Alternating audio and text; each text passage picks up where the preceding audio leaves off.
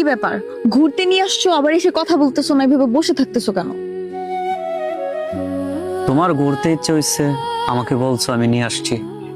কথা বলার কি আছে? এইটা আবার কেমন কথা? কথা বলার কি আছে মানে? আচ্ছা মহিমা, সত্য করে বলবা, তুমি বেশ কিছুদিন ধরে না কেমন জানি পাল্টে গেছো, এটার কি কোনো কারণ আছে? দেখো, আমি কাজের প্রেসারে থাকি, এই জন্য তুমি আমাকে মনে করতেছো পাল্টে গেছি। পাল্টানোর কি আছে? আমি সেম আগের মতোই আছি। আজব। আমি তোমাকে ভালোবেসে বিয়ে করেছি। আজকে আমাদের বিয়ে হয়েছে প্রায় 4 বছর। আমি যদি তোমার কোনো কিছু নাই জানি, নাই বুঝতে পারি, তাহলে আমি তোমার কেমন ভালোবাসার মানুষ হলাম, কেমন স্বামী হলাম? বেশ কিছুদিন ধরে দেখতেছি তুমি কেমন জানি পরিবর্তন হয়ে গেছো।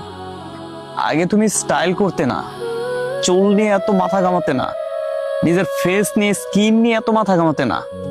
বর্তমানে দেখতেছি তুমি পার্লার, তুমি চুল রিবন্ডিং, চুলের কালার, তুমি স্কিন কেয়ার, মানে এত যত্ন করতেছো। এটার কারণ কি বলো? আমার তোমার যেমন আছো তেমনই ভালো লাগে।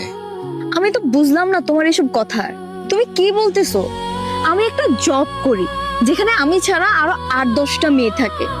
আমি যদি তাদের মতো না চলতে পারি তাহলে আমি সেখানে যাব কিভাবে? তাদের সাথে আমি ফেস করব কিভাবে? ওখানে সবাই অনেক স্টাইল করে চলে। ওখানে যদি আমি খ্যাত হয়ে থাকি তাহলে আমাকে সবাই খুব বাজেভাবে দেখবে। আমি চাই না আমাকে কেউ বাজেভাবে দেখুক, এতটুকুই। আমি আসলে এখন বুঝতে পারতেছি তুমি চাওই না আমাকে কারো কাছে ভালো লাগুক, আমাকে সবাই সম্মান করুক, বুঝছো? তোমার যদি আমাকে এভাবে ভালো না লাগে তাহলে তুমি প্লিজ আমাকে ছেড়ে দাও। বিরক্ত করো না আমাকে অন্তত। যে বউ আমার সাথে হাসি দিয়ে কথা বলতো, আমি কষ্ট পাবো এমন ভাবে কখনোই আচরণ করেনি। আসলে এটার কারণ আছে, সে কারণটা একদিন আমার চোখে পড়ে। তুমি যে সবসময় বাইরের খাবার খাও, এইসব অস্বাস্থ্যকর খাবার খেলে তোমার শরীর খারাপ হবে না? আর তোমার শরীর খারাপ হলে কি আমার ভালো লাগে? আচ্ছা, আজকেই লাস্ট, আসো। যেই টেক কেয়ার আমি আমার বউকে করতাম, আজকে সেই টেক কেয়ার আরেকজন করছে। বিশ্বাস করে আমি আমার বউকে চাকরির জন্য দিয়েছি। তার শখ ছিল সে চাকরি করবে, আর আজকে সেই চাকরির ফল আমি আমার নিজের চোখের সামনে পেলাম।